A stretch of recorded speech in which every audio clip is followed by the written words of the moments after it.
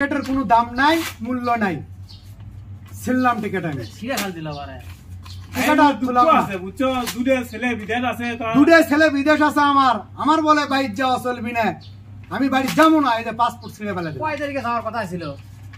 একজন প্রবাসী যখন প্রবাসে থাকে বছরের পর বছর, নিজের ফ্যামিলির কথা চিন্তা করে, নিজের ছেলের সন্তানের কথা চিন্তা করে, অনেকে ছোট ছোট ভাই বোন থাকে তাদের কথা চিন্তা করে, নিজের জীবন যৌবন উৎসর্গ করে দেয়, নিজের কথা চিন্তা করে না কখনো। কয়েক বছর পর হঠাৎ যখন মন চায় যে দেশ থেকে একটাবার ঘুরে আসি, তখন দেশের ফ্যামিলি থেকে বাধা আসে, বলে যে না, আরও কয়টা দিন থাকো, আরও আমাদের টাকার প্রয়োজন। কিন্তু কেউ চিন্তা করে না একবারও ওই প্রবাসীর একটা মন আছে, একটা জীবন আছে। মালয়েশিয়ান প্রবাসী এই ভাইয়ের কষ্টের ভিডিওটা ভাইরাল হয়েছে, আপনারা দেখুন, চোখে পানি চলে আসবে। ওনার দুইটা সন্তান মালয়েশিয়া থাকে, উনি 13 বছর দেশে যায় না, তারপরে বলতেছে উনি আরও কয়দিন পরে যাওয়ার জন্য, উনি এখন কেন দেশে যাবে। ভিডিওটা দেখুন আপনারা। ভাই, আমার কিছু কথা আপনারা শুনে যাবেন। প্রবাস জীবন খুব কষ্টের জীবন। আমি এই মাত্র কাজে থেকে আসলাম, এখন দেখেন পোশাক আশাক চেঞ্জ করিনি। আমি বাড়িতে যাবো, এই যে টিকিট করছি, এই যে আমার পাসপোর্ট, এই যে আমার পাসপোর্ট দেখেন।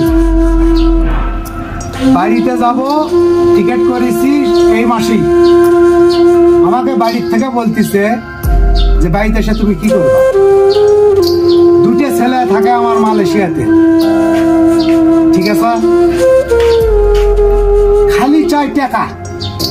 আমি একটা মানুষ, আমাকে চায় না, খালি চাই টাকা। টাকা দাও, টাকা ছাড়া অন্য কিছু চায় না তারা। আমি একটা মানুষকে আমাকে চায় না। 13 বছর আমার বিদেশ চলে। হ্যাঁ, আপনি কত বছর ধরে আছেন মালয়েশিয়া? আমার 13 বছর চলে, 13 বছর। এত বছর ধরে আছেন, তাও ভাই এই যে টিকিট করেছি, এই যে টিকিট, প্লেনের টিকিট, এই যে এই টিকিটের কোনো দাম নাই, মূল্য নাই। ছিলাম টিকিট আমি ছিড়ে ফেল দিল বারে টিকিট আর তুলাম না। আছে বুঝছো, দুটো ছেলে বিদেশ আছে, দুটো ছেলে বিদেশ আছে। আমার বলে বাইরে যাওয়া চলবি না, আমি বাড়ি যাবো না। এই যে পাসপোর্ট ছিঁড়ে ফেলে দিল। কয় তারিখে যাওয়ার কথা ছিল? এই ভাই ছিঁড়ে ফেলে দিল। এই মাসেই যাওয়ার কথা ছিল, আর যাবো না, বাড়িতে যাবো না। এই যে ছিঁড়ে ফেলে দিলাম পাসপোর্ট ছিঁড়ে ফেলে দিলাম, এই যে ছিঁড়ে ফেলে দিলাম সব। আর কোন দিনে যাবেন না? না, বাইরে যাবো না, সব ক্লিয়ার করে দিলাম। যাই হোক, আপনারা যদি যারা বিদেশ করেন সবাই একটা কথা মনে রাখবেন, টাকাকে ভালোবাসবি ফ্যামিলির লোক, কিন্তু আপনাকে ভালোবাসবি না। এটাই হচ্ছে মেন উদ্দেশ্য মানুষের। আপনারা সবাই সাবধানে টাকা পয়সা বাড়িতে দেবেন, পারলে কিছু সঞ্চয় করেন নিজের জন্য, ফ্যামিলির দেওয়ার দরকার।